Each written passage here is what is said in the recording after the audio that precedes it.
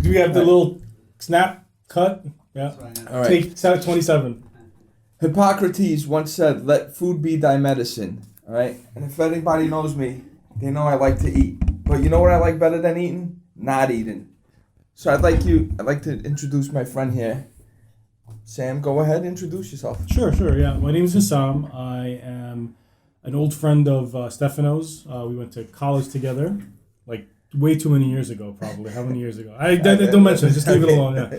Decades. At that time, Stefano promised me that we would be together the whole way through the road of pre-medicine, medicine, and we'd be surgeons. Bailed out, he jumped ship, he made the right move. He got out. I don't know about that. And I ended up going to medical school and becoming a pediatric intensivist.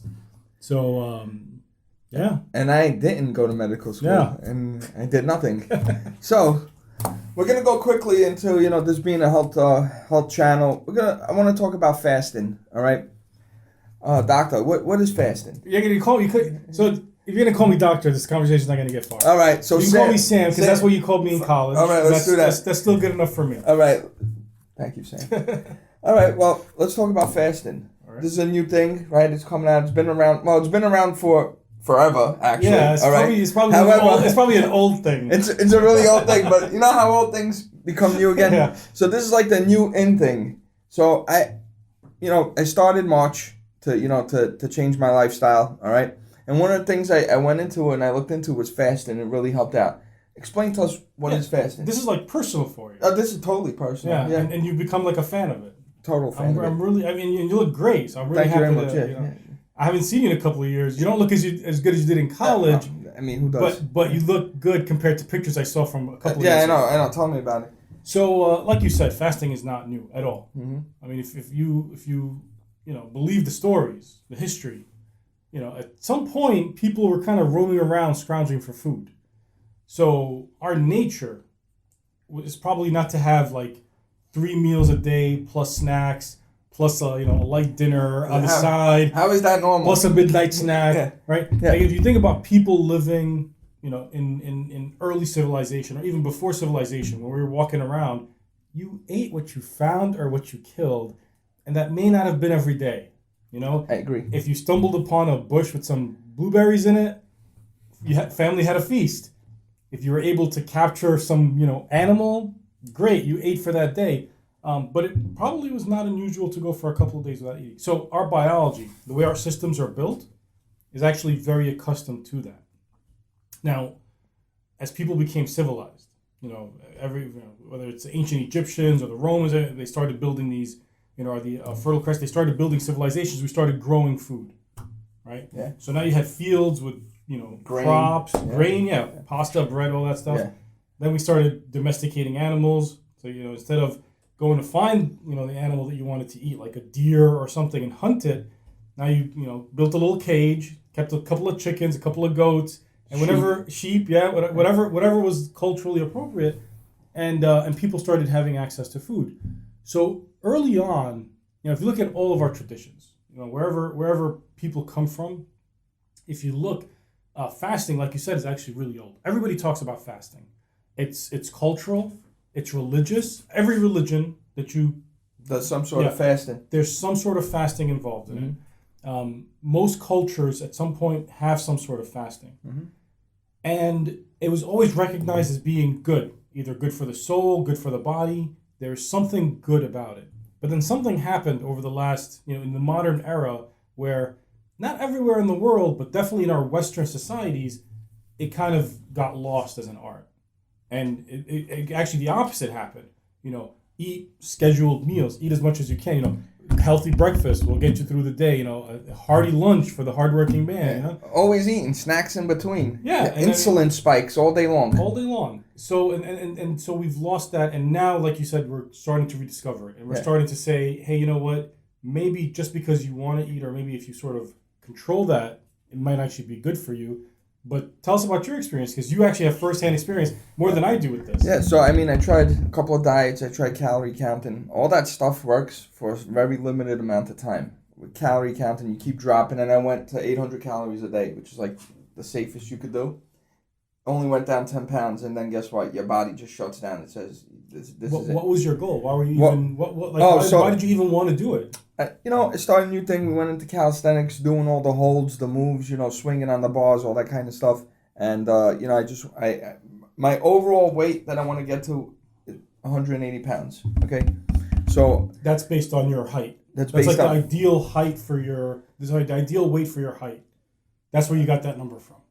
And most callisters are in that range or less. So it's kind of hard. Gravity. You're working against gravity, and to be too heavy, it's you need the compound muscle. You just muscle to move muscle. It's just too much. It's a real strain on the body, and that's one of the reasons why I went into this. Plus, I'm looking at people. You've always been a motivated guy. I'm using you for my motivation. Yeah. There's no reason why I would have ever been like, oh, let me get up and start doing stuff. Yeah, but you find something you want to do. Build a goal. Make the goal so big that even in the back of your head, you're like, I'm not gonna hit this goal, right?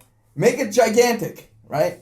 And then just go at it. I could make it pretty crazy. I don't know how crazy we're talking. Make it crazy. We robbing banks? What are we doing? No, no. Maybe in a couple of years. No, but make it real big, and then even if you don't hit it, you're gonna be in a way better place. Yeah, that's what I think. I always. So after you tried the limiting the calories to achieve I your did goal, vegan. I didn't do vegetarian. I did vegan. I did a couple of other times. you skipped vegetarian and went straight to vegan. Yeah, vegan because is harder. Vegan. You know what? I enjoyed it. It was 2 months. A vegan, 2.5 months. I enjoyed it. It was. Would you put like oat milk in your coffee? Yeah, I went. Actually, now that's what I put in my coffee is oat milk. Yeah, I mean that's one of the things that changed. I like the oat milk, but you gotta watch out. Oat milk has seed oils in it. Okay. Some oat milks have seed oil, and that raises your omega-6. You don't want that, So, but yeah, so it's So you tried vegan, you tried calorie limitations, and then you tried fasting. yeah. So what was that like? So fasting, I did. I've been fasting for a while. I've been doing this fasting. First I started off with 1 day. 1 day a week. Did that for like 5 weeks. Then I went to the 2 day. Then got to 3. And see, it's interesting you mentioned that because fasting means different things for different people. Because I was There's talking. intermittent fasting. There's intermittent fasting. I talk to people that are like, oh, I'm fasting from like just one kind of food. Yeah. Like I'm just not gonna eat red meat. I'm fasting from red meat. Or some people do like a juice fast. So what I did. Juice. So what did you do? Which one? Okay, so I did a couple of things. Number one, took out the sugar and carbs. Out. So isn't that keto though? Isn't that keto? Yeah. Well, is it keto? I also took out the meat. I went to vegan without the carbs, right? No bread, no fat, nothing. So you're eating just vegetables. Yeah, it was very clean. Okay, it's like that movie that goes. They go. What are you eating? You're eating my food's food. Yeah, really. I mean, not you're only eating my food's food. Not only just vegetables, green leafy. Yeah. The rapini. The broccoli rabe, the dandelions. Went full blown. It was so hard to. I can't tell you. I can't imagine you being the kind of guy that would do that. I totally did it, and I felt incredible. I was like superhuman. Really? Let me tell you, Popeye was onto something. Spinach. It was incredible. It was really good, but it's. I believe it's unsustainable. Why? I mean, if you're a meat eater before then, you're going to barbecues. But you definitely were. Yeah, you go to barbecues, you go to families, things, weddings, this, that. It's impossible. For an Italian, it's impossible. And you were talking about you weren't even eating starch. Like you weren't even out of burger, you were eating the tomato and the lettuce only. Not even like the bread. Not the meat, nothing. The tomato and the lettuce. I mean, onions, maybe. Onions. Maybe. Maybe. Rice. Once in a while, I'd have a little bit of brown rice. I mean, that's really. And you felt great. Felt great. I felt great. See, I would have thought you would say I felt hungry, but no. You felt okay. Did I feel hungry? Yes and no. You get hungry, but then okay. So what do? You eat. Listen, it was a crazy amount of food I was eating. Like like boxes of lettuce. You're eating boxes of lettuce. You know what I'm saying? You're just trying to. Be not hungry, and then even if you eat 2 heads of lettuce, you got 60 calories. Like, but the interesting thing is, the other day I was talking to you, and you said, Assam, after I did this for a while, I stopped being hungry. Oh, the fasting. Yeah. Oh, after. So that's the next level. So that this is wasn't the next the level. vegetables. No, that was it. So then when I went into fast, I said, "Oh, let me try intermittent fasting." I think the 8-hour, 16-hour thing does not work. Which is a type of fasting. It is, and I think it's too slow to get the results you want. that you want. Okay. Plus, I don't think you get the autophagy. Okay, and all the other stuff that comes with it, the human growth hormone. I don't think you get it. We'll get into all that. That's like level 3. That's like level. Yeah. So I went into 4:20. Okay, so 20 hours fasting, 4 hours, right? And I said it's 4 hours of eating. And do you really eat for 4 hours? No, nobody can eat for 4 hours. I would eat for 50 minutes. I mean, have you seen me at a buffet line? If you go to a buffet, I put buffets out of business.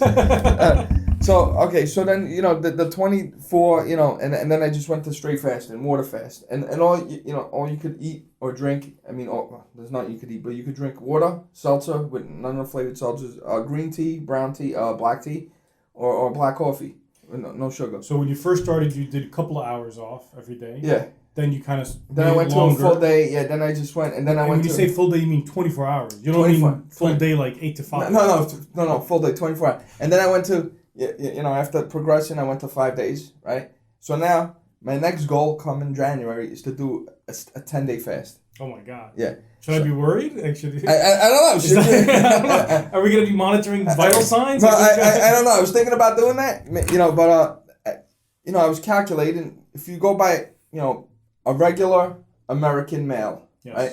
I would say has 30% body fat. I mean, I'm aiming for that. Okay, but right, I might be a little higher than that. Most people are. Yeah, okay? 30%, which is not good and at all. I started at 36 when I started, and now I'm at 19. Okay. Wow. So let's say you're at 30% body fat. You're 200 pounds. How much body fat do you have? 60 pounds, right? Do the mathematics. You have 120,000 stored calories, right? Because each pound of fat is 3,500 calories. Exactly. Yeah. Right. So 3,500 times 60. What do you got? Some number. I don't know. Some crazy number, right? 180,000. More than 180,000. I had to give up my phone to come into this room. So I don't have my calculator. But it's got to be like around 100. It's a lot of calories. It's a lot of calories. Yeah. And you need like 2,000 or 3,000 per day to live. So you got, 60 days of fat. I'm not disagreeing with you. Okay. But I think that my concern would be that it's more than just calories. There's other elements. Micronutrients. Exactly. Okay. Right? Like there's vitamins and things like that. So I mean, we'll get to that so we could give some advice to folks that are watching this as far as how to do this safely. Because you got to remember, you're not doing this also as your first day. No. This is worked your way I up looked to at this. the biochemistry behind this because I did try a 4-day fast once off the bat. They found you somewhere blacked out. Yeah. No. So when I tried before progressing, I did a 4-day, and I did. It was more than 4 days. Yeah. I had muscle aches. You know why? I was burning protein. I didn't go into ketosis because my body was not ready for this. Now, nothing happens. I go straight into, boom, I'm burning fat, and I feel incredible. My workouts, and I still work out the whole time. I'm not going to just sleep. It's the same workouts I do, I'm going to do fasting. That's another thing I want to say about this thing coming January. But, so, let's go into the different fuels that your body uses and the timeline. Okay. So I know the first 4 hours you're burning glucose, right? Here's how I like to think about it. So our body has different kind of batteries. So you have a meal. So let's say right now all of us sat down and had a meal. For the next 2 or 3 hours, our body's going to be using that meal. That's why we had a little protein, we had a little starch. So our body's going to be using what we just ate for a couple of hours, because you get that sugar spike from that meal itself. Going back to fuels, our main fuel, the primary fuel that our body uses, is really carbohydrates, which it breaks down into sugar. Mm-hmm. It has a backup fuel, which is ketones, which comes from fats, fatty acids. We'll talk about that in a second. But so we all had a meal. For the next 2 or 3 hours, we're covered. Sorry, by the way. We had a meal, so for the next 2 or 3 hours, we're covered. Yeah. Now, after 2 or 3 hours, maybe stretch it out to 4 to 6 hours at the most. That meal is no longer there. So how come we don't just pass out? Well, you have storage, you have backup. And the first type of backup that you have is in the form of liver glycogen. So in your liver, you have stores of glycogen, which is really a type of starch.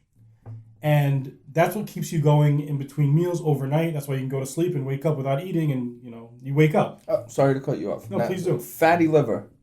Does glycogen have anything to do with that? Fatty liver has more to do with like drinking or having an infection or something like that. Or maybe just high sugar consumption. It's an early type of metabolic liver disease. Okay. It doesn't necessarily tie to this specifically, because fatty liver implies that there's fat in the liver, which is different. Here we're talking about pure carbohydrates, which is kind of like starch. Mm-hmm. So liver has it, muscle has it, these stores, and that's what keeps you going for, say, like 8 to 12 hours.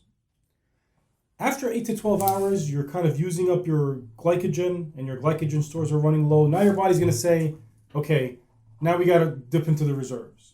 Does exercise and burn through that quicker? Yes. All right. Yeah. Any type of energy that you use is going to be tapping into those same. So first energy use is going to be your glucose. Yeah, the glucose that's in your blood just from what you ate. Second in line is going to be the glycogen. That's why the muscles keep glycogen. Yeah. The liver keeps glycogen for your body. The muscles keep glycogen for the muscles. Mm-hmm.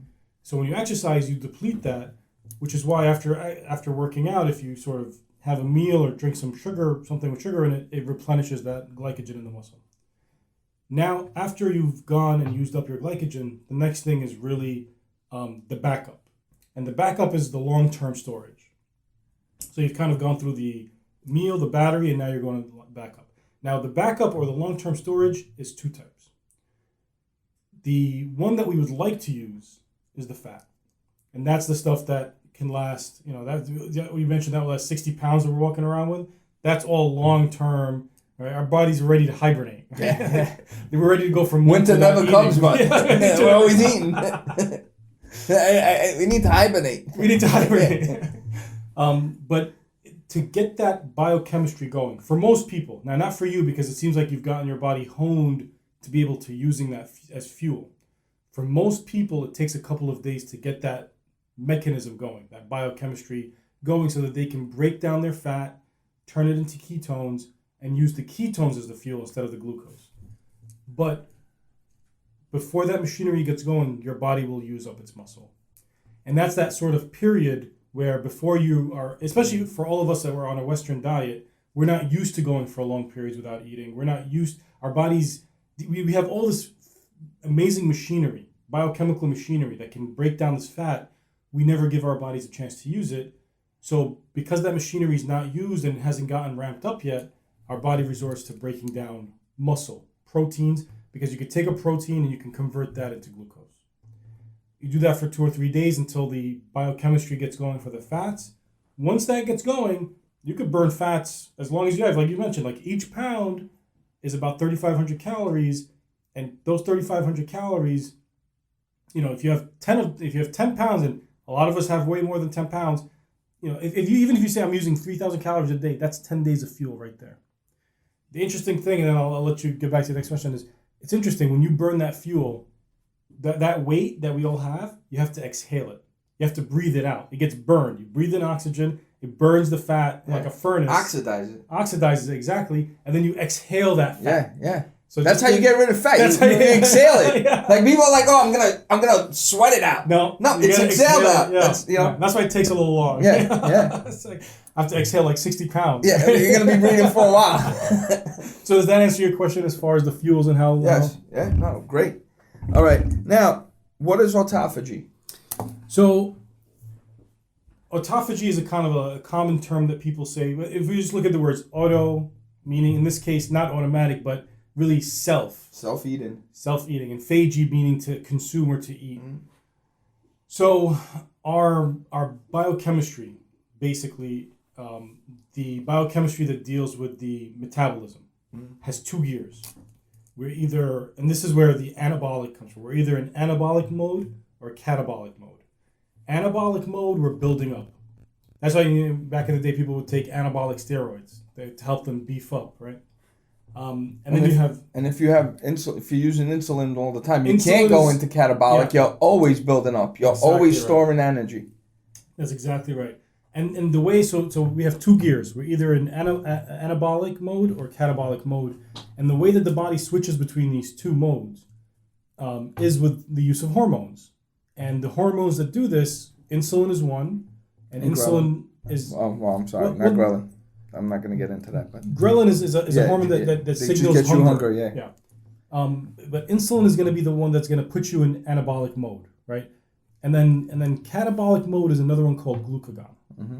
Now, the way these two work is when you eat, that signals to your body. The pancreas kind of figures out, hey, there's a lot of food now, so it says switch the gears. Let's go into insulin mode, which is anabolic mode. Mm-hmm. It sends a signal out, and it says, everybody, take up all this glucose, use it for energy, use it to build, and if we're not using it, which is the case for the most of us, put it in long-term storage, put it in fat. And so that's what happens to the majority of us. We're constantly eating, we're constantly sending that signal for insulin, and we're putting it in storage, in like the midsection. Mm-hmm.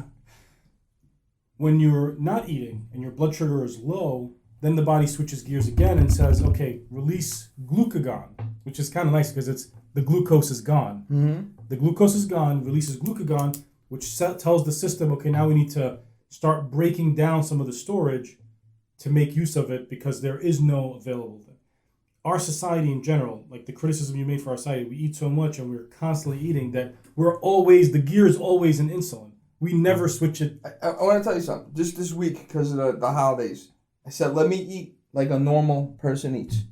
Do you know? Normal by which standard? Normal by Western standards. Yeah. I said, let me just go crazy. Besides, I got to do this fast thing. I said, let me just go, because I could lower my weight now. I can do whatever I want with my weight, right?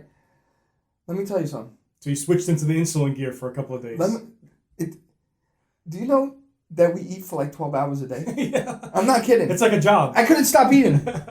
Right? I'm like, there's really not a lot of things going on. It's this time everybody's down, even, a real estate thing. Everything just takes a break. Yeah, everywhere you go, they got a box of cookies out, or they have like chips.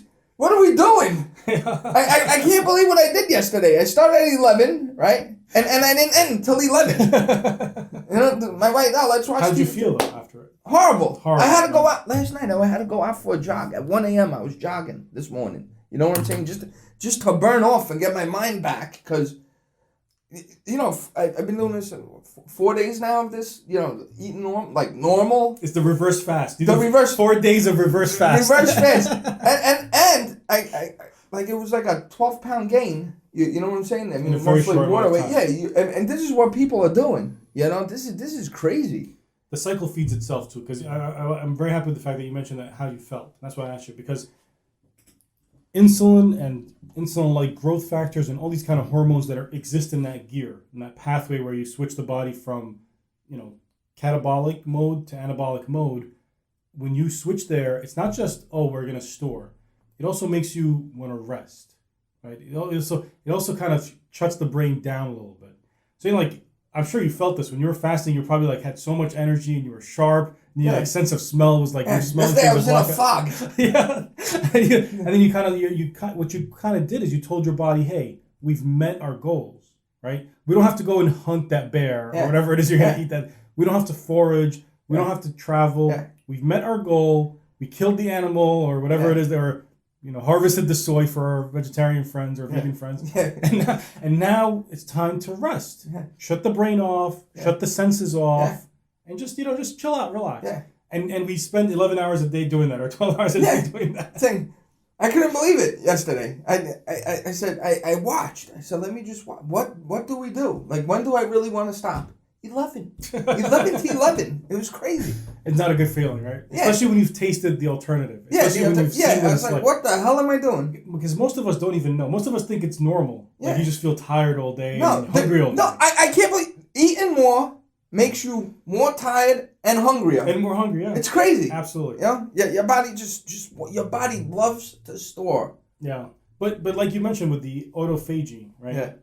Turning that off and switching it is not, especially because we're not used to it. It's not easy for everybody to just do the way you're doing it. You have to work your way up to it. Yeah. Because if you switch too quickly, you'll get to catabolic mode, which starvation really, but you'll do it the wrong way and then you'll burn muscle. You'll burn muscle, you'll ache. Right. You'll end up, and you'll be tired actually until the switch happens. Yeah. Because burning the protein I don't think it gets you the calories you need for the day. Once you go into a fat burn, you're not hungry no more, and it's like a clean burn. Like The workouts are better. It's like a what is it, like high efficiency fuel? Yeah, it's like that 93 octane, you know. Yeah, it's definitely true. It's definitely a better burn. Yeah. You get much more energy out of fat than you do. So fat is 9 calories per gram. Proteins, sugars, 3 to 4. So you're definitely getting a lot more energy out of your fat. And also, you mentioned being tired. People should know this before they try what you tried. You're also going to be pretty irritable. So your relationships might take a strain until people get. You gotta know what's gonna happen. You gotta know what's gonna happen. Yeah, day 2 is the worst. Yeah, you're gonna be irritable. Nobody's gonna want to talk to you. You don't want to talk. I don't know if you're irritable. You're more like you're always your stomach. You're fighting yourself. Yeah. You know. Well, you're eating yourself. Yeah. Really. Yeah, you gotta fight yourself. The day 1 is not a problem. You're like, yeah, whatever. This is easy. Day 2, oh my god. Well, day 1 you're still running on that liver battery. Yeah. Day 1 you're like, oh, the fasting. Yeah, what's everybody talking about? Then day 2, people walking around with pizza. Fight yourself now. Yes. Do you know if someone's upstairs? Maybe. Why? Just making sure that you lock. I locked the door. Yeah. So if whoever came in, it sounded like there was kids playing around. Yeah, whoever came in is what time is it anyway? They should be coming in. It's 9:19. I mean, probably an agent came in. I just want to check this out. Leave the door cracked for that oxygen. Yeah, wait. Yeah, the lights are burning up all the oxygen in here. All right, what other questions you got? Okay, can you reverse insulin sensitivity? Yes, you can. All right. Yeah. So research has shown. I don't think we're on. Leo, are you still recording? Oh, we are? Okay. All right. So go ahead. All right. So now diabetes is a gigantic problem in the United States, and I believe diabetes is probably the factor behind everything. You know, heart, all kinds of heart diseases, or blood vessel diseases, or the micro blood vessel disease, all that stuff. You know, so I believe diabetes is behind all this. Can you reverse your insulin? Your insulin sensitivity. So let's make it broader. Okay. Instead of just talking about diabetes, let's talk about a category of diseases called metabolic disease. Wonderful. Because insulin is probably the biggest factor here, and diabetes is kind of the most common manifestation of metabolic disease that people see, one of the more common manifestations. But metabolic disease in general, it's being overweight. So with that, yes, you have increased insulin sensitivity. So now you're more likely to have diabetes. Now also you have high cholesterol. So you have atherosclerosis. So now you have blood vessels that are going to be stiff. Now because your blood vessels are stiff, your blood pressure may be higher. Blood pressure is higher, it's going to injure those blood vessels more, make the sclerosis more, make the hardening of the blood vessels more. Now you could have a stroke. So it all kind of feeds itself, and it all probably traces back to the fact that don't get me wrong, there is a genetic component. And the genetic component is we see it when we see people that, they eat whatever they want and they just don't have the same problems that a lot of people do, right? So some families, they don't have cholesterol. Some families don't have diabetes, but some families do. So there is a genetic component. But that aside, metabolic disease is really this sort of big umbrella for a lot of diseases that all they all come from eating too much, and all cause these kinds of problems, including diabetes, high blood pressure, just being obese and overweight in general, and everything like strokes. And fasting in research has been shown to improve all of these. A lot of the research is in animal models. A good amount of it is in people too. Even more, sort of straightforward than that, when they take animals and they don't feed them 3 meals a day, when they force animals to fast, animals live way longer, much longer than their normal, usual lifespans. So it's not uncommon.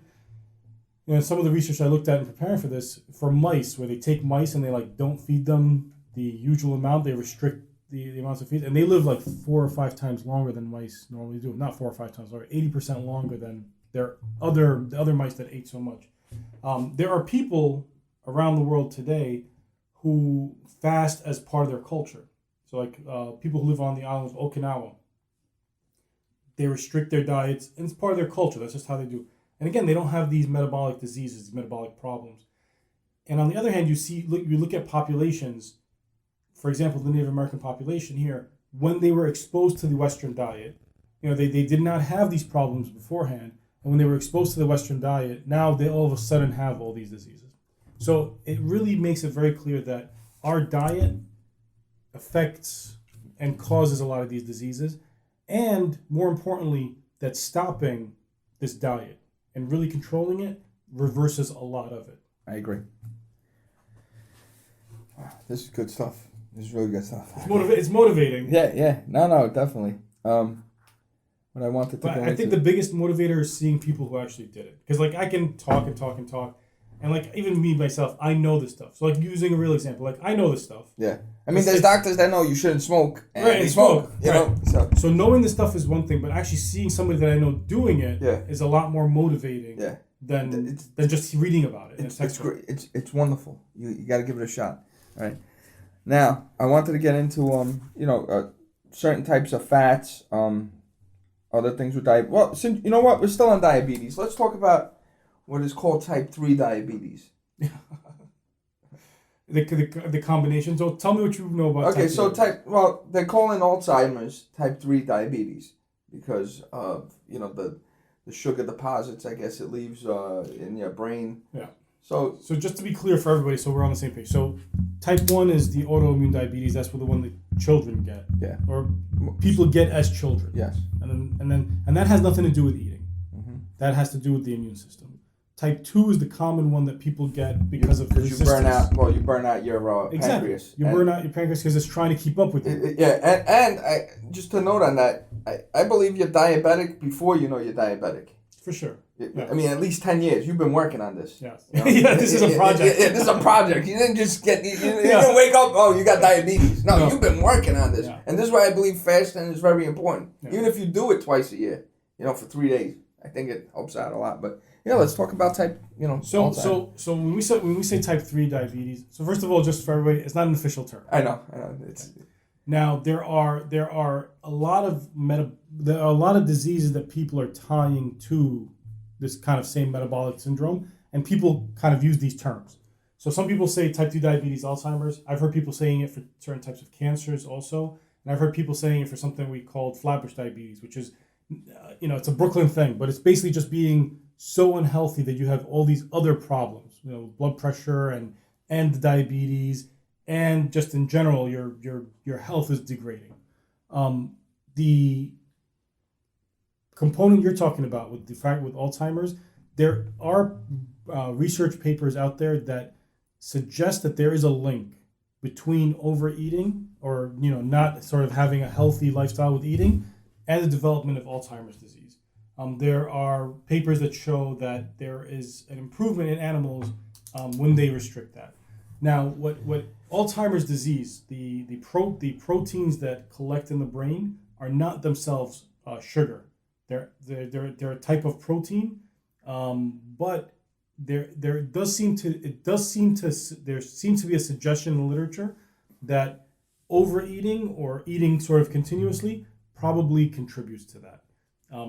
I don't know of any research specifically to say that if you take somebody with Alzheimer's and you make them fast, that it'll go away.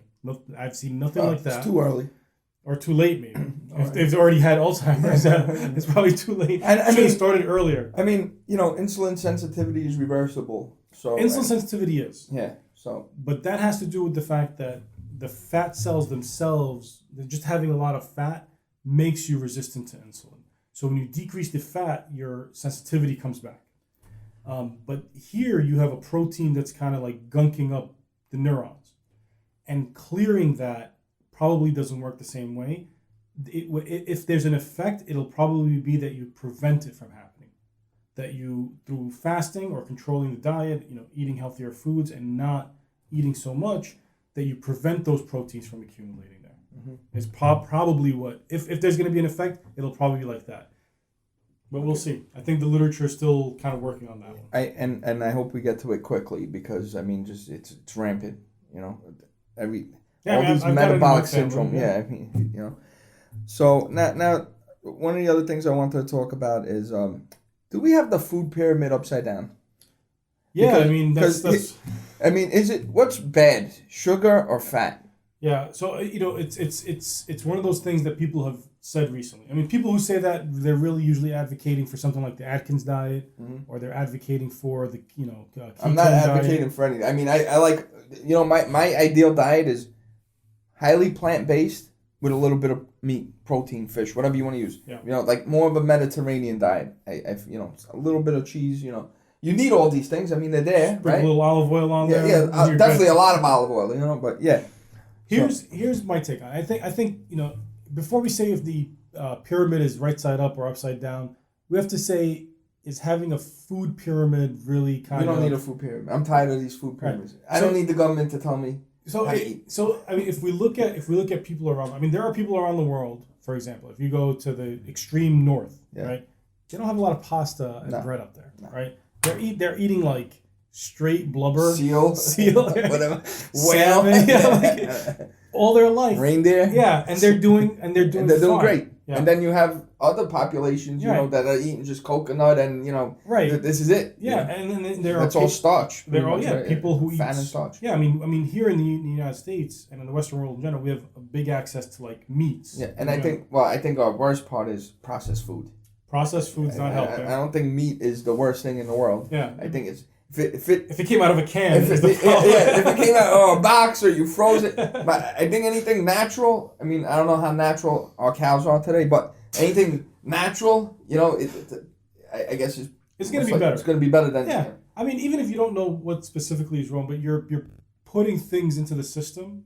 I have a friend who says, if it's got a long shelf life, it's probably not going to be great for your life. Like if it's made to survive 50 years, don't expect it to be great. I forgot. I'm not going to mention what restaurant, what fast food chain, but in one of my bags I left a whole, hamburger, cheeseburger, fries, right? Not the soda, but cheeseburger, fries, and I think nuggets on the side. I opened it up. I found this bag I left it in my locker at work. One of my lockers. Summer. One of my lockers. I left it in. I haven't opened that locker in about 8 years. Okay? More than 8 years, but I opened it up. Do you know there was almost no difference in it? It was still good, right? I think if I microwaved Did you eat it? No. The soda was still cold. Can I tell you? The bread had just started a little bit of mold. Do you know that? That makes you wonder, right? How much plastic? I just can't believe. What are we eating? Plastic? I totally agree. The quality of the food has a lot to say in it, but I think that looking at the fact that people have eaten all sorts of different things around the world, and they do fine, I would advocate that more importantly than what you're eating. I'm not talking about processed food. Yeah, try to avoid processed foods as much as possible. But I'm talking about as far as how much starch versus how much meat versus how much fat. Rather than looking at what it is that you're eating, I think the more important thing is how much you're eating. And that goes back to the whole fasting thing. The fasting thing, it doesn't say eat more, more meat. If you go to a ketone diet, it's ketogenic diet, it's just eat fat. Yeah. As much as possible. Yeah. Throw a little protein in there. Yeah. Half a slice of bread. Yeah. Atkins diet is very protein based. Yeah. Then they have all these other kinds of the Miami diet. The Miami. Right. Every beach has a diet. Every beach has a diet. Yeah. But I think the more important thing is really how much. And the lifestyle change. Yeah, for sure. I mean, we could all work out more. I mean, working out. I mean, you're not gonna lose tons of weight working out, but kind of are because you're building muscle, right? Muscle burns more calories than fat, less than fat. And your mitochondria is going up, everything. So working out definitely is a proponent. Everybody should do at least 30 minutes of cardio per day. I mean, yeah, the perfect at world. the least. Don't ask me to do it, but we all should. Yeah, we all should. Yeah. You said it. You said a very good thing. The muscle burns more calories than fat. Fat burns almost no calories unless it's brown fat. Unless it's brown fat, which we have very little of. About 3 ounces, 4 ounces. Right, in the whole body, brown fat just keeps you warm. That's what actively works to keep you warm. It's deep in between the organs. Most of our fat is what we call subcutaneous fat, and it's sitting right underneath your skin. Or is most of our fat visceral? Yeah, that's what gives me that lovely shape. Yeah. You see that? That's the fat that we don't want, right? Yeah, the visceral fat. Yeah. Visceral. Well, visceral fat is the one that's going to be in the organs. Yeah. The subcutaneous fat is the one that you want to get rid of. The stuff that's sitting right underneath your skin. So that's the fat that you can. I'm gonna have to disagree with you. Sure. I believe visceral fat is the worst one. I think visceral fat is the brown fat. I might be wrong. No. Brown fat is its own fat. I thought brown fat is the visceral fat. No, visceral Can fat. we Google that? Well, visceral fat. I'll tell you what. Visceral fat is the inner body fat, like the stuff you have in your gut. Yeah. You know, subcutaneous. I think under that's brown your fat. skin. No, brown fat. You only had 3 to 5 ounces. I think, but that visceral fat, I think, is brown fat. I might be wrong. I mean, I haven't. I'll be honest. I didn't read it recently. Can we turn it? We gotta Google No, leave this. the camera on. It's all right. I'm not embarrassed. I mean, I'm a human. I'll forget. No, it's. Here's how I remember it, and then we'll Google it to verify. Right. So, your viscera are your organs. Yeah. So visceral fat is the fat that's going to be between your organs. That is usually the healthier fat, the brown fat that kind of sits between your organs, cushions them, and your body can use. Subcutaneous, sub meaning under, cutaneous meaning skin, is the fat that sits right under your skin. That's the fat that's bad. That's the fat that's, well, I don't want to say it's bad. That's the fat that's storage. The one that we don't want just piles and piles on. It doesn't burn calories. It doesn't do much. It just sits there. The muscle, just having muscle burns calories even if you're just sitting there. Yeah. It's a metabolic. It's like a tank. Even when a tank is on and not moving, it's burning fuel. diesel fuel. Yeah, it's burning diesel. So It'll be like a check tank. Yeah, and you know, for like I could be wrong. Like that's all right. Yeah, I mean, listen, you know. Yeah, I'm not offended. It's all right. If I'm wrong, I'm wrong. It'll be a good reminder. But that's how I remember. As we're trying to figure this out now, these workouts I see online. You know, I watch a lot of these things. All right, the 10-minute, 7-minute, 5-minute, 15-minute fat burning workout. I think they're all fake. I don't think working out for 15 minutes will get you into a fat burn. That's a good question. I don't know enough to comment on that specifically, but what I'll say is kind of a general statement. If all you're doing is 15 minutes, it's better than not doing it. Okay, I'll give you right? that. So like it's better. So like I don't want to say like, oh, you're gonna do 15 minutes. Just watch another episode of Always Sunny. Like it's all right. Just it's like no. If you're gonna do 15 minutes as opposed to nothing, do that. Okay. Because that's better than nothing. But I do know that it takes a while to ramp up your cardiovascular system so you get the most out of it. But different people have different tolerances. Some people can only take a walk. Go take a walk. Yeah, go take a walk. And I tell people, don't start do 10 jumping jacks. I tell people, do 10 jumping jacks. If you're really heavy, right? Let's say you're 300 pounds, you're 400 pounds. Obviously, you don't want to start jogging. You're going to destroy your knees, right? Yeah, right. This is not the time to start. Yeah, not the time. You want your workout. You want positive cash flow. Let's talk about real estate. You want positive cash flow. You want a great return on investment. If you're 400 pounds, 300 pounds, you're running on those knees. You ain't got a positive return on investment. You're destroying your knees. You got to start with walks, right? You got to start with walks. You can't crawl before you walk. Before you walk. Before you run. Walk. Start off. Get on the elliptical. Water. If you have access to water, which a lot of us in Brooklyn, even though we live on an island, it's actually not easy to find a pool to swim in. But if you can, that's actually because it takes the weight off. And makes you work. Yeah, lots of work, right? Water, and you gotta know how to swim. I mean, even if you're in a shallow pool, like listen, you gotta be careful. Yeah, fat floats. You're right. So you're safer. Yeah, you're safer. So yeah, swimming. Obviously, if you could get to a pool, go ahead. That's number one thing. Or start off with walking, right, and then progress. And start doing some strength training. Start getting that muscle back to work. And the gains when you first start off are so much quicker than later on. Yeah, you plateau. Yeah, but more than just the muscle's important. And even if people start fasting and people start cutting down the amounts or the number of hours that they eat, they're gonna lose weight.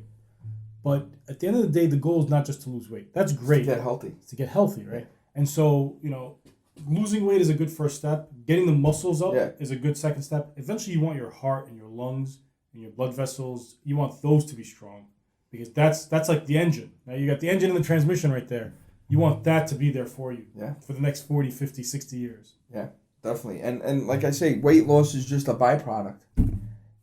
Just start with work out, fast.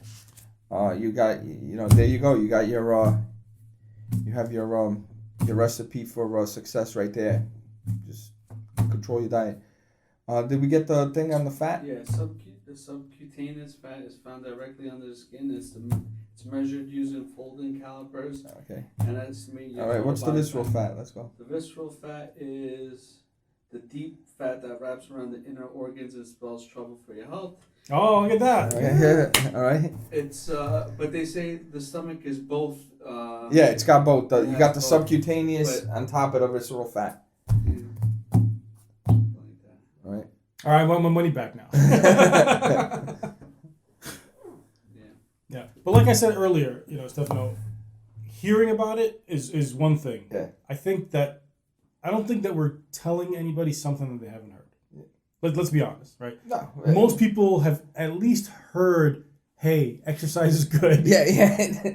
Eating is not good. Yeah, Right. yeah. I don't think you're revealing any prophecy or any revelation. No, here. But it's seeing when you see people doing it. Yeah. And I'm telling you, the biggest part to weight loss is that insulin control. Just keeping your insulin low. Amazing. So, you mentioned something earlier, and I think just from what I would be interested in hearing from somebody who's done this is the challenges, right? How you did it and how you built up. Because like we said earlier, the first day you do it, you're like, oh, this is not so bad. This is not bad at all. But the reality is, you eat the way our systems are right now and the way our society is. You eat, and then 2 or 3 hours later, you're feeling hungry. And I mean, first of all, when you're feeling hungry like that, people think, oh, it's because my body needs it. Most people in our society have not really felt hunger, right? Hunger is when you're really depleting your reserves. Most of us take a month. Yeah, most of us are nowhere near Yeah. that. So what are we feeling then? Feeling ghrelin. Partly feeling ghrelin, but so you're going back to insulin. Let's tie this back to insulin. So you eat a meal, your insulin goes up, okay, and especially with our foods today. We one thing we didn't talk about is the glycemic index. Oh yeah. How fast is your insulin going? Yeah. Because if you had to climb a tree and break down an apple, climb down and pick some apples, and I'm not talking about the modern, kind of cultivated apples that are very sweet. And I'm talking about those old apples. Those old school apples. More like the green apple, yeah, right? That's work. To work together. And they're small, and it's not that good. It's small. Yeah. Caesar half of it. Yeah. The peel is half an inch thick. Yeah, I mean before come to I know a lot about apples. Amazing, right? But before crab apples, right? Crab apples, yeah, that was the apple, right? And before we had all these different. And how big is it? How big is an apple? Not that big, and it's not that sweet. No, it's 4 calories. Yeah, 3 once you finish chewing it. Yeah, and your body only really what is it, a positive 1 calorie? So when you're eating food like that, the insulin rises very slowly. Mm-hmm. All the sugars and fiber, all the sugar is kind of stuck inside of this tissue that the body has to break down, and so the insulin rise is very slow and steady. You kind of reach a nice level, and then it goes down. And it goes down, nice, slow, and steady. You barely feel it. Yeah.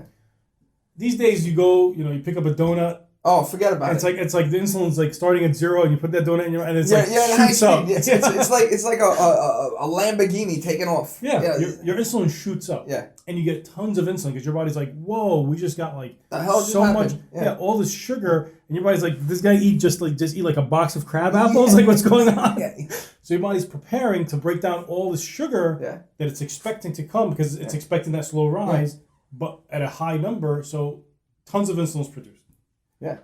So that sugar does not last that long because it's already very simple. It's already broken down. It's already made to be kind of ready to break down. And so within 30, 40 minutes, that donut is gone. And you still have a ton of insulin. Well, what if you haven't used all of it? Now it's getting stored. Yeah. The thing is, most of us don't stop eating at one donut. Right. No, you need a box. Some of us do, and I commend those people. It's not even just that, but you'll have a donut and then a bagel, or a bagel then a donut, bacon, then a egg, coffee. and cheese. Oh, forget about and it. then you're getting your a breakfast snack. never ends. Yeah, and then you're getting a snack. Yeah. So the point is, but here's what the happens. birthday cake at the office. Yeah. Oh. So you got an insulin spike. Yeah. Because of the sugar. So sugar goes up, insulin goes up. Sugar now evaporates because it's very simple. You didn't eat this healthy kind of sugar. You ate this like very simple. It's like throwing twigs onto a fire. I mean, Right. they burn off quickly. Right. They burn off quickly, but now you're left with two things. You're left with that sense of emptiness in your stomach. And that's where the grilling comes in. And your stomach's saying, hey, I'm used to having something inside every hour, for 12 hours every day. Yeah. This weird feeling is happening now where I don't have anything inside. Ring the alarm bell. Something is wrong. Yeah. So people feel their stomach being empty, and they think that's hunger. And then the other thing is that sugar is gone, that insulin is still high, and insulin still trying to sap away all sugar. So now you're feeling like your blood sugar is kind of like lower than it should be, lower than you're used to it, and it also makes you feel hungry. So in some ways, people feel like, oh, I'm so hungry. I haven't had anything to eat since like breakfast, and it's like 1 p.m. And it's like you've got enough calories in your body to last you 6 months. So what's wrong? And what's wrong is you're not used to it. Your stomach feels empty, and your insulin is just way out of whack, and it's making you feel that way. So tell us about how you overcame those challenges, because those are going to be the things that help people to say, like, how do you deal with that? How do you deal with those feelings? How do you get through to the next day? Because eventually it does get easier, at least from what you tell me. It does. It gets. Okay. So how'd you make it to that point? All right. So day one, pretty much anybody could do. Not a lot. You're right, like you said. And when you say day one, you say eat nothing. Nothing. So you're drinking water, tons of water, and you should drink tons of water just to get rid of that emptiness feeling. Could do black coffee, which I believe helps a lot. Especially keeps you energized, burning through the calories faster. Green or black tea, and seltzer unflavored. Right. All these things help. All right, especially on day 2. They help because they give you a feeling of having something. They kind of stifle the hunger feeling, and it's amazing because once you're hungry, you start to see food everywhere, right? So day 2 is the hardest day, right? Your ghrelin is up, your insulin is down, your body's like, what's going on? Something's not right, okay? So you're constantly hungry. You have to fight. There's really no other way to do it. You have to fight through that day. There's no secret. I just told you, try the black coffee, try the tea. What did you do to distract yourself? Oh, work. Just do something. Problem is, my job, I've got food laying around everywhere. I've got stashes. Stay away from it. Go away. Candy bars. Go to the gym. Right? Go to the gym. I'm just saying, like at my job, I'm sure everybody at their job. Yeah, got everybody. There's a birthday every day. Get away from that. Just know that the end game, you're trying to make yourself healthy. Look at the end game, and the end game is, to help yourself out. Okay, so just keep thinking about it. Write it down. Put a note somewhere. Do not eat. Okay, just get through that second day. Day 3 gets a little bit easier. Okay, you're still hungry. But you're talking about day 3 of still not eating anything? Still not eating anything.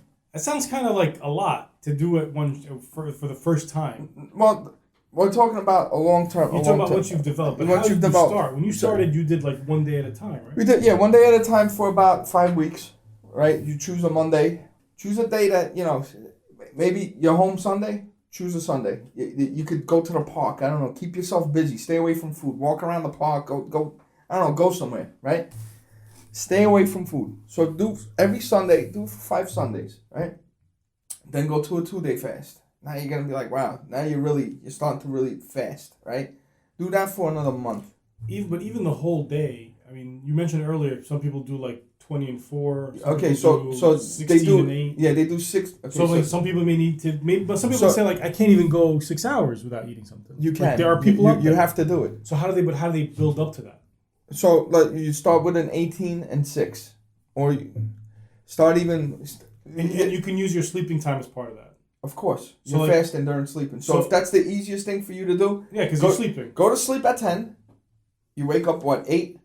Don't eat for 2 hours. Now you start at 10. You got a 12. Mm-hmm. Right. It's not really a fast, but it's some sort of. But for some people, that might be the first step. That might be first step. Yeah. Fine. You start at 12 and 12, right? And then you increase it every 2 weeks. Go to a 14-10. Then go to a 16-8. Keep moving it. I mean, technically, people don't have to stop eating at 10 right before they sleep. They may stop eating like at 6 p.m. Have dinner and say, okay, I'm done for the day. So what I did finally, when I got to a 24, is I would eat from 4 to 8. Okay. 4 p.m. to 4 8 p.m. to 8 p.m. So you would have like a dinner. Dinner. That's it. Yeah. You could have like a dinner, and then at 7:30 have Like a fasting a pregame. little dessert. Fasting a little dessert. You're not restricting what you're eating during that time. Okay, you can eat whatever you want, right? Mm-hmm. But you'll notice that even in those 4 hours, you're gonna get done eating within like 50 minutes, 40 minutes. You can't eat more, and it also functions as a calorie restriction, right? There's only so much you can get. There's only so much you can get. So 4 to 8 I mean, I o'clock. might surprise you. 4 hours is a long time. Yeah, but it's not gonna happen. Yeah, your body just has mechanisms. You're gonna shut off, right? So 8 p.m. Boom, stop, done. You want to eat something? Black coffee, seltzer. That's it. Until the next day, 4 o'clock. But you got to work your way to that. So do a 12-12, right? Use your sleeping time as fasting if you're that bad, okay? And then do a 12-12, then go to a 14-8 until you build up to the final 1 day fast. 24 hours. Yeah, open up a bottle of champagne. You made it, right? 24 hours. Then after that, now it starts to get hard. Sugar-free, alcohol-free champagne, because those can also ruin your fast. So you're basically drinking seltzer. Well, how about seltzer? Yeah. Yeah. Yeah. So now, then you go to a 2 day, 3 days, you're still hungry. Day 4, you're not hungry no more. Okay? Actually, the end of day 3, you're not hungry no more. Yeah. And then that's it. You could go So, to a 20-day fast. Just to after give that. people realistic expectations, how long did it take for you to go from not fasting to being able to do 24 hours? Did it take like a week, 2 weeks? No, not fasting A to month? do 24 hours? Yeah. To do it without like training to do yourself. it without burning protein, Yeah, muscle. to do it in a healthy way. I would say five 1 day fasts Of doing like for a week. for not a week, obviously over 5 weeks. That's what I'm saying. Oh, okay. Do 5 Sundays Okay. and then Like daytime. daytime. Okay. Yeah, you do the whole. I mean, yeah, so if you're doing the daytime, then you could just do for the night also, and that pushes it to 24. Yeah, that's it. You're at 24, right? You just did a 1 day fast. And now you feel like like most people in the third world feel on a normal basis. Yeah, I don't know. Yeah. So now, like on a regular Sunday. yeah. Now then, you do 5 weeks of that. Then you do a Saturday and a Sunday. Take off the whole weekend. Do that for 5 weeks, 4 weeks, right? 2 day, much harder. Once you get past the 2 day, you get to 3 days, and you get to 4 days. Now you could do it. You could go from 4 to 16 days. It's done. There's no feeling of hunger. Mm-hmm. It's gone. I don't know how to explain to you. People can walk around with food. You can sit down at a table where people are eating. You don't even look at it. You don't even. And when you break a fast later on, it's not like you break a fast. You're like, oh my God, I'm going to eat 3 pies of pizza. No, you're not. Your body, you've restored insulin sensitivity. Your body just comes into you just eat normal. That's it. You don't overeat. Yeah, I mean, I think the fact that you did it slowly is probably good, but you mentioned something, which is just being able to see how your body's feeling about it. And I think just to be responsible, I have to at least say that for folks that want to do this, because look, at the end of the day, they should consult a doctor. Yeah, they should consult. They should talk to the doctor. That's number one. Number two, come up with a specific plan for them, because especially if they're on some sort of medication, right. They really have to. Your food can mess with your medication. Like for example, if you're taking medications for diabetes, and which make your blood sugar lower, and then you stop eating. Yeah. Oh. Now you're, so it's something that they have. They should talk to a medical professional, come up with a plan, because that there's a lot of diseases out there that are from malnutrition, like everything from scurvy. Vitamin C deficiency. I mean, so once you go, you're going into anything past 7 days. Now you got to think about taking vitamin C, all those kind of things. Restoring micronutrients. Yeah. Right. So I think the best thing we could probably tell if somebody wants to try this is to talk to their doctor before they starve themselves for in a way that's unhealthy, right? Because you could be fasting, that's healthy. You could be starving, unhealthy, right? And it's not a matter of time as much as it's not like you can't say for everybody 2 days after that is bad. For some people, 3 days might be fasting, and that's for them healthy. Somebody else, 3 days, they might be starving. They might be hurting themselves. So they should speak to a doctor, do what you did, slowly build up to it, and go for regular checkups and make sure that they're still doing okay. And listen to your body. Yeah. If your body's telling you, if you start getting weird bruises and stuff like that, it's probably maybe scurvy. I think it's time to start eating. So what's you said your goal is 10 days? 7 to 10 days. Yeah. 7 to 10 days. Yeah, that's a big goal, man. Okay. Would you invite me back on the show to definitely. Let me know how that goes? Yeah, definitely. Yeah. We're gonna. And if you're hospitalized, have family reach out. Come visit me. Yeah, but we're gonna have we're gonna do it right. We're gonna. Are you gonna blog it? Are you gonna say day gonna, one? We're gonna update. we're gonna figure something out. Yeah, talking about it. In the community, I'm sure you've kind of listened to people do this. What's the number of days that people do? Like are there people? Yeah, are people that you follow? So there's you either do a 1 day or you do a 3 day. To do it for 2 days, because autophagy really is optimal at day 3. So you really want to get to a 3 day. Mm-hmm. A 2 days, you're starting, but you really want to do 1 or 3 days. You want to skip to the 3 day. And alternate day fasting is big. I got a question for you. Yes. Oh, first of all, tell me what you mean by alternate day. Meaning day on, day off? 1 day, yeah. Day on, day off. Yeah, they do that the whole month, yeah, all the way. So here's a question for you. Now, you told me that on the holidays you took some time off from the fasting. Yeah. And your weight came back quickly. Yeah. Now that's for people that are trying to sort of do this specifically for their weight, there's always that concern. It's like, is this going to be something? Well, I overate. You overate. Yeah, that's not typical, because usually if I take off, I don't exercise. Let's say I take off a week maybe once every year, right? Once a year. That's fair. I mean, you're entitled to do things. But it's during the holidays. You're overeating during that time. Well, I guess my question is, what's a way that you found that made it easier for this to be a true lifestyle change rather than a diet? Because a diet, you do it for 6 weeks and you're like, I'm done with the diet, right? I'm going back to everything that I did before, and the weight comes back just and sometimes worse. Yeah. Versus a lifestyle change. They gain it with interest. Yeah, with interest. Yeah. You gotta do a lifestyle change. You got a lifestyle change, but you gotta have a reason why you want to do it. Nobody does anything without a reason. I believe there's always an underlying reason why anybody does anything. Okay? So what is your reason? What are you trying to do? If you're trying to get healthy and live longer, you don't want to get diabetes. To me, that's a big one. I don't want to get diabetes. Yeah, I don't want to be taking insulin shots. Yeah, I don't want to be in a hospital bed with stuff tied. I don't want to get that thing, dialysis. I don't want none of that, right? That should be a big motivating factor. Mm-hmm. Guess what? If you don't do these kind of things and you eat and you go right to the couch and you watch TV the whole night, you're gonna get it. Right. It's comorbidities, right? And it becomes a comorbidity. Everybody's talking about comorbidities these days. Yes. You have things that themselves make you at higher risk for other things. Yes. So if you're doing these things, you will. Eating is probably worse than smoking. I don't know. Whatever. But it's close. They're both bad. They're both pretty it's bad. how much eating and how much smoking we're talking about. So, but everybody overeats, right? A lifetime of overeating is worse than a cigarette, for sure. Okay. But, chain smoking 3 packs a day is probably... It's not good either. Right? So, So lifestyle change is really lifestyle change, but you have to have a reason why you're doing it. Okay? The diet does not work. Stop dieting. Yeah. Okay, this Malibu diet, California beach diet, whatever that. So are we going to call this the Stefano diet? No, it's... You just have to make it a lifestyle change, and when you say lifestyle change, what you're saying really is make it something that's sustainable, that you could do it for the rest of your life. Yes, and enjoy it. And enjoy it. And I'd say one of the biggest things is, you know what? You want to start off small, right? You don't want to go crazy. Just take out the soda. That's it.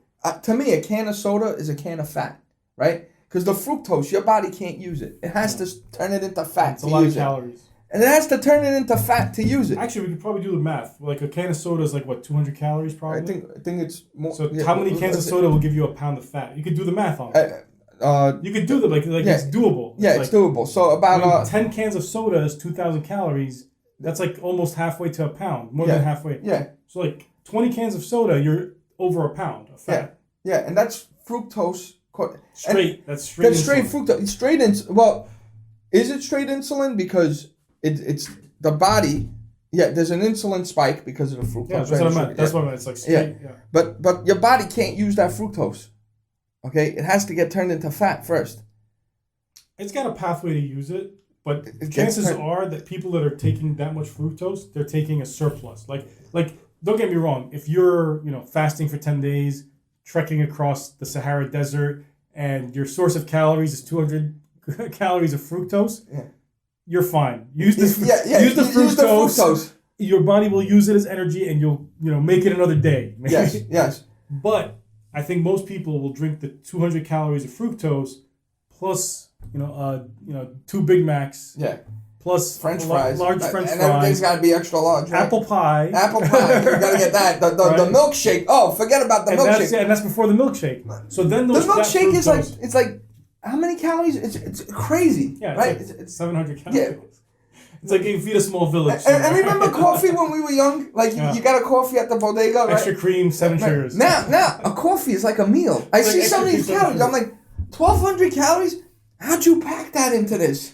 How did you do it? You could save countries. The power of sugar. The people that come up with these foods could save whole nations. Yeah, they're Send having them like there. malnutrition, starvation. Yeah, malnutrition, fix it. You know? So when you take 200 calories of fructose and you're eating it with those things, then yes, I agree with you. It's going to go to fat.